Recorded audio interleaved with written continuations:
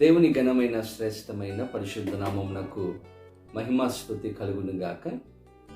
దేవుని బిడ్డలారా, మిమ్మల్ని అందరినీ కూడా అనుదిన ధ్యాన సమయమునకు ప్రేమతో ఆహ్వానిస్తూ ఉన్నాను. ఈ సమయంలో ప్రార్థన చేసుకుని ప్రభు మన కోసం సిద్ధపరిచిన శ్రేష్టమైన వాగ్దానమును ధ్యానం చేసుకుందాం. ప్రార్థన. మమ్మల్ని మిక్కిలిగా ప్రేమించినటువంటి మా ప్రియ పరలోకపు తండ్రి, నీకు వేలాది వందనాలు. ఈ శ్రేష్టమైన సమయంలో మేమందరము కూడా నీ పాద సన్నిధికి వచ్చిండగా మాతో మీరు మాట్లాడి బలపరిచి దీవించమని యేసు నామమున అడిగి వేడుకొంచు ఉన్నాను మా పరమ తండ్రి. ఆమేన్. ఈ దినం ప్రవేశిస్తున్నటువంటి శ్రేష్టమైన వాగ్దానం చదువుకుందాం. లేవియ కాండము 25వ అధ్యాయము 21వ వచనమును చదువుకుందాం.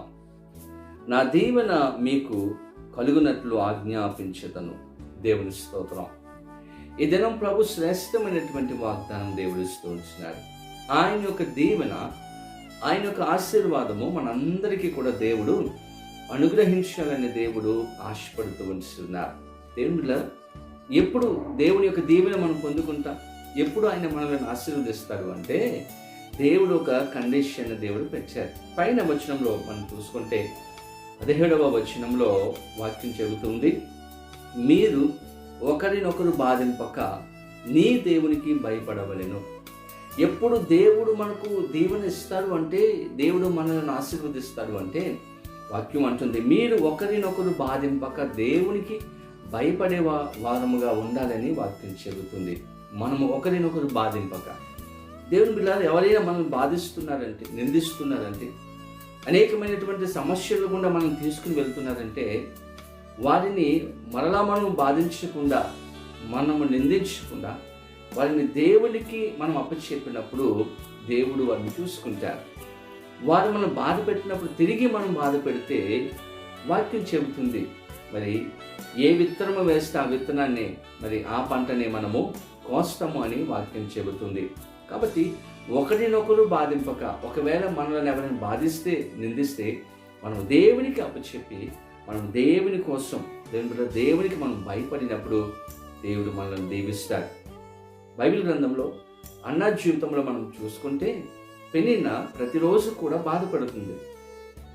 నీకు బిడ్డలు లేరు, గొడ్రాలు అని ప్రతిరోజు కూడా నిందిస్తూ ఉంది. అనేకమైనటువంటి మాటలతో మరి బాధపడుతూ ఉంది.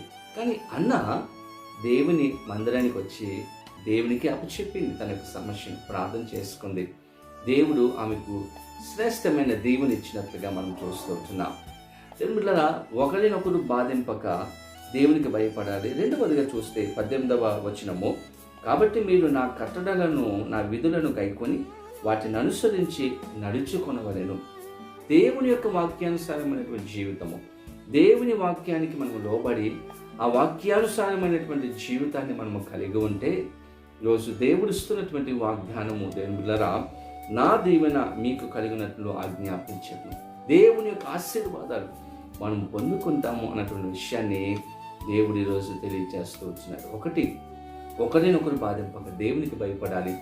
రెండు, దేవుని యొక్క మరి మార్గంలో మనం నడిచినప్పుడు, వాక్యానుసారమైనటువంటి జీవితాన్ని మనం కలిగి ఉన్నప్పుడు దేవుడిచ్చే మేలులు, దీవెనలు, ఆశీర్వాదాలు మనము పొందుకుంటామన్నటువంటి విషయాన్ని పరిశుద్ధాత్మ దేవుడు ఈరోజు జ్ఞాపకం చేస్తూ ఉంటున్నారు. అటువంటి కృప దేవాది దేవుడు మనందరికీ అనుగ్రహించును గాక.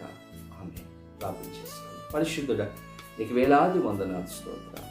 ఉదయకాల సమయంలో మేమందరం కూడా నీ పాద సన్నిధికి వచ్చిండగా బలపరచమని యేసు నామమున అడిగి వేడుకొంచు ఉన్నాను మా పరమ తండ్రి. కుమార పరిశుద్ధాత్మ త్రియేక దేవుని యొక్క దీవెన, ఆశీర్వాదము సదాకాలము కలుగునుగాక. ఆమేన్. దేవుడు మిమ్మలను దీవించునుగాక. ఆమేన్.